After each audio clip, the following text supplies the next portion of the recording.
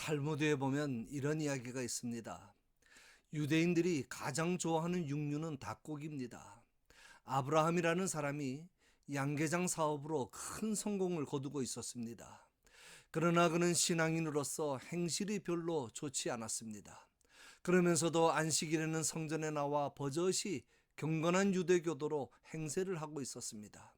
어느 날 랍비가 그를 불러 말했습니다. 아브라함, 요즘 당신에 대한 불미스러운 소문이 나돌고 있어서 몹시 걱정이 됩니다. 그러자 그는 이해할 수 없다는 표정으로 대답을 했습니다. 그럴 리가 있습니까? 랍비님께서도 아시다시피 저는 안식일마다 한 번도 빠짐없이 성전에 나오고 소득의 11조도 드리고 성경 읽고 기도하는 시간도 철저하게 꼭 지키고 있지 않습니까? 그러자 랍비가 이렇게 말했다고 합니다. 아브라함, 당신은 하루도 빠짐없이 당신의 양계장에도 나가지요. 하지만 매일 양계장에 나간다고 해서 당신이 닭이 되는 건 아니지 않소. 무슨 이야기입니까? 외형적인 신앙의 모습이 구원을 보장해 주는 것이 아닌데 착각하며 사는 사람이 많다는 것입니다. 이런 착각 속에 사는 사람들이 한국 교회 안에도 너무 많은 것 같습니다. 계속해서 의인과 악인, 지혜로운 자와 어리석은 자의 모습을 대꾸법으로 대조해서 말씀하는데 22절은 대꾸법이 아니고 하나님의 주권을 강조하는 말씀입니다. 여호와께서 주시는 복은 사람을 부하게 하거니와 근심을 겸하여 주지 아니하시느니라. 부하게 된다고 해서 무조건 좋은 것만은 아닙니다. 근심이 따라오지 말아야 합니다. 즉 재물을 얻거나 지키는 데 있어서 불안과 걱정이 없어야 하고 부를 누리는 데 있어서도 염려하는 일이나 고통받는 일이 없어야 합니다. 이런 이런 재물의 복은 하나님에 의해서만 주어진다는 것입니다. 재물이 복이 되려면 재물로 인하여 위로도 받아야 되고 선한 일을 위해 쓰면서도 마음이 기쁘고 즐거워야 합니다. 그것이 바로 하나님께서 주시는 복으로서의 부라고 하는 것입니다. 23절부터는 다시 대꾸법입니다. 미련한 자와 명철한 자의 낙을 대조합니다. 미련한 자는 행악으로 낙을 삼는 것 같이 명철한 자는 지혜로 낙을 삼느니라. 낙이라는 말의 히브리어의 뜻은 경기라는 뜻입니다. 영어 성경에는 스포츠라고 되어 있습니다.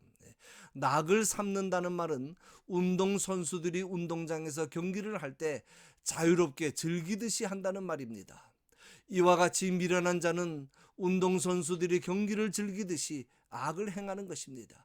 미련한 자들에게는 악을 행하는 것이 아주 자연스럽고 당연하고 즐거운 일입니다. 한마디로 재미삼아 남을 해치고 악을 행하는 것입니다. 거기에서 인생의 낙을 찾는 것입니다. 그러나 명철한 자는 지혜를 배우고 지혜를 소유하고 지혜를 실천하는 것으로 낙을 삼습니다. 하나님을 사랑하고 하나님 섬기는 법을 배우고 실천하는 것으로 인생의 낙을 삼고 살아가는 것입니다. 억지로 마지못해 하는 것이 아닙니다. 세상에 하나님을 섬기는 일보다 더 기쁘고 더 즐거운 일이 없는 것, 그것이 바로 명철한 자의 삶이라고 하는 말씀입니다. 다음은 악인과 의인의 종말을 대조합니다. 악인에게는 그의 두려워하는 것이 임하거니와 의인은 그 원하는 것이 이루어지느니라. 이 말씀은 악인에게는 제발 나에게 임하지 않았으면 하는 것이 임할 것이고 의인에게는 제발 꼭 이루어졌으면 하는 것이 이루어질 것이라는 말씀입니다. 악인이 두려워하면서 제발 나에게 임하지 않았으면 하는 것이 무엇이겠습니까? 심판입니다. 해오리 바람이 지나가면 악인은 없어져 버릴 것이라고 했습니다. 마치 바람에 나는 겨와 같이 심판날을 견딜 수 없다는 말씀입니다. 그러나 의인에게는 그가 원하는 축복이 이루어집니다. 그 이유는 의인의 소원은 하나님의 소원과 일치하기 때문입니다. 의인의 소원이 무엇입니까? 세상이 뒤집어지는 것 같은 난리가 나고 폭풍이 몰아치고 천재지변이 일어나 환란의 날이 닥친다 해도 영원한 기초와 같이 하나님 앞에서 요동하지 않는 것입니다. 하나님께서 영원히 함께 해주시는 복을 받는 것이고 영원히 하나님과 함께 행복을 누리는 것입니다. 26절도 대꾸법이 아니고 독립적인 잠언입니다. 게으른 자에 대해 말씀합니다. 게으른 자는 그 부리는 사람에게 마치 이의 식초 같고 눈의 연기 같으니라. 게으른 자는 자기를 고용한 주인에게 큰 근심거리가 되고 고통을 주는 존재가 된다는 뜻입니다. 고용된 사람은 자기를 고용한 사람에게 도움이 되어야 합니다. 최소한 폐는 끼치지 말아야 합니다. 그런데 주인에게 이에 신물이 나게 하는 식초 같은, 눈에 눈물이 나게 만드는 연기 같은 존재가 된다면 어느 주인이 그를 계속 고용하겠습니까? 결국은 주인에게 정죄받고 쫓겨나게 될 것입니다. 직장을 생각해 보십시오. 게으른 직원이 있습니다. 할 일을 제대로 하지 않습니다. 출근도 제 시간에 하지 않고 맨날 지각하고 툭하면 결근합니다. 근무 시간에도 제멋대로 싸돌아다닙니다. 공장의 주문도 제때 하지 않고 거래처에 해야 할 연락도 제대로 하지 않습니다. 어떻게 되겠습니까? 자기를 고용한 주인의 사업을 망하게 할 것입니다. 교회에서도 마찬가지입니다. 우리는 하나님께 고용된 자들입니다. 하나님은 우리를 쓰시기 위해 직분을 주셨습니다. 그런데 직분자가 부지런하지 못하다고 하면 하나님의 교회에 도움은커녕 오히려 불안하고 말썽 많은 존재가 될 것입니다. 마태복음 25장에 보면 달란트의 비유가 나옵니다. 엄밀히 말하면 달란트를 맡긴 주인의 비유입니다. 그 중에 한 달란트 받았던 종은 일하기 싫어하는 게으른 자였습니다. 주인으로부터 받은 한 달란트를 그냥 가지고 있었습니다. 어떻게 됩니까? 결산할 때 악하고 게으른 종아 라는 책망과 함께 이 무익한 종을 바깥 어두운 데로 내쫓아라, 거기서 슬피 울며 이를 갈리라 하는 심판의 선고를 받습니다. 악하고 게으른 종입니다. 게으른 것과 악한 것은 같은 것입니다. 하나님 앞에서 게으른 것은 곧 악한 것입니다. 오죽하면 내가 마땅히 내 돈을 취리하는 자들에게라도 맡겼다가 이자라도 가져왔어야 할 것이 아니냐고 하셨겠습니까? 결국은 하나님께 손해를 끼친 자였다는 말입니다. 다음은 의인과 악인의 수명을 대조합니다. 여호와를 경외하면 장수하느니라. 그러나 악인의 수명은 짧아지느니라. 의인의 소망은 즐거움을 이루어도 악인의 소망은 끊어지느니라. 여호와를 경외하는 자에게 축복을 약속하신 말씀이 잠언에만도 여러 번 나옵니다. 3장 2절에 그리하면 그것이 네가 장수하여 많은 해를 누리게 하며 평강을 더하게 하리라. 9장 10절 11절에도 여호와를 경외하는 것이 지혜의 근본이요 거룩하신 자를 아는 것이 명철이니라. 나 지혜로 말미암아 네 날이 많아질 것이요 네 생명의 해가 네게 더하리라. 자, 그 외에도 많은데 공통점이 있습니다. 여호와를 경외하면 장수의 축복을 더하실 것인데 즐거움을 이루는 소망과 함께 장수하게 하실 것이라는 말씀입니다.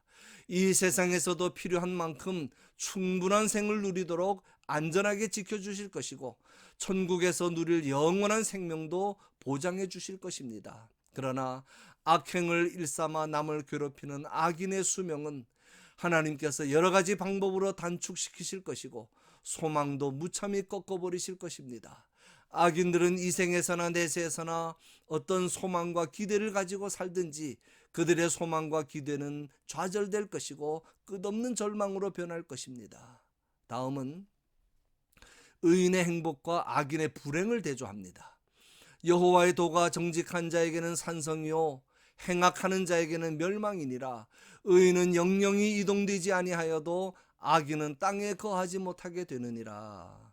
여호와의 도는 하나님께서 행하라고 주신 명령 또는 법도를 가리킵니다. 다시 말하면 사람들을 바른 길로 인도하여 궁극적으로 구원에 이르게 하는 하나님의 모든 계명입니다. 의인들은 하나님의 그 명령과 법도를 따라 살기 때문에 결국은 그 명령과 법도가 세상 모든 어려움으로부터 든든하게 막아주는 산성이요 힘이요 방패가 되는 것이고 하나님의 백성들로 하여금 어떤 일이 있어도 견고한 보호와 참된 평강을 누리게 하는 원동력이 되는 것입니다. 그러나 악인들에게 있어서 하나님의 명령은 삶을 불편하게 만드는 각종 제약의 조건이 됩니다. 따라서 악인들은 하나님의 명령과 법도를 벗어난 멸망의 길로 가는 자들이기 때문에 아무리 부지런히 노력해서 재물과 명예와 권력을 쌓아 놓아도 그것들이 자신을 지켜주지 못한다고 하는 것입니다. 마지막으로 다시 의인과 악인의 말을 대조하면서 결론을 내립니다. 의인의 입은 지혜를 내어도 패역한 혀는 배임을 당할 것이니라. 의인의 입술은 기쁘게 할 것을 알거늘 악인의 입은 패역을 말하느니라. 의인은 입을 열면 지혜의 말을 하여 남에게 교훈이 되고 건덕이 되므로 아름다운 열매를 많이 맺습니다. 의인은 하나님과 사람을 기쁘게 하는 말이 어떤 말인지를 알고 말을 하기 때문에 하나님께는 영광이 되고 사람들에게는 기쁨과 은혜를 끼칩니다. 그러나 악인의 입은 패역한 혀를 가지고 있기 때문에 패역한 말만 합니다. 패역하다는 말은 완고하고 고집세고 심술궂다는 뜻입니다. 진리를 거슬러 제 고집대로 말하는 것입니다. 그런 말은 하나님께도 전혀 영광이 되지 못하고 교회에도 건덕이 되지 못하고 사람들에게도 은혜를 끼치지 못하기 때문에 하나님에 의해 배임을 당하고 잘라냄을 당하고야 마는 것입니다. 결론입니다.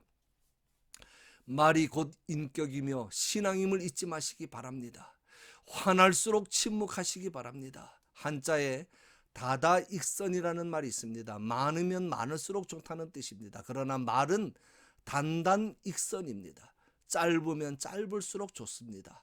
짧고 정확하게 말합시다. 그러므로 하나님께서 인간에게만 주신 이 귀한 언어의 축복을 가지고 하나님께 영광을 돌릴 뿐만 아니라 많은 사람들에게 유익을 끼치는 삶을 살아가시는 저와 여러분이 꼭 되시기를 주님의 이름으로 간절히 축원합니다.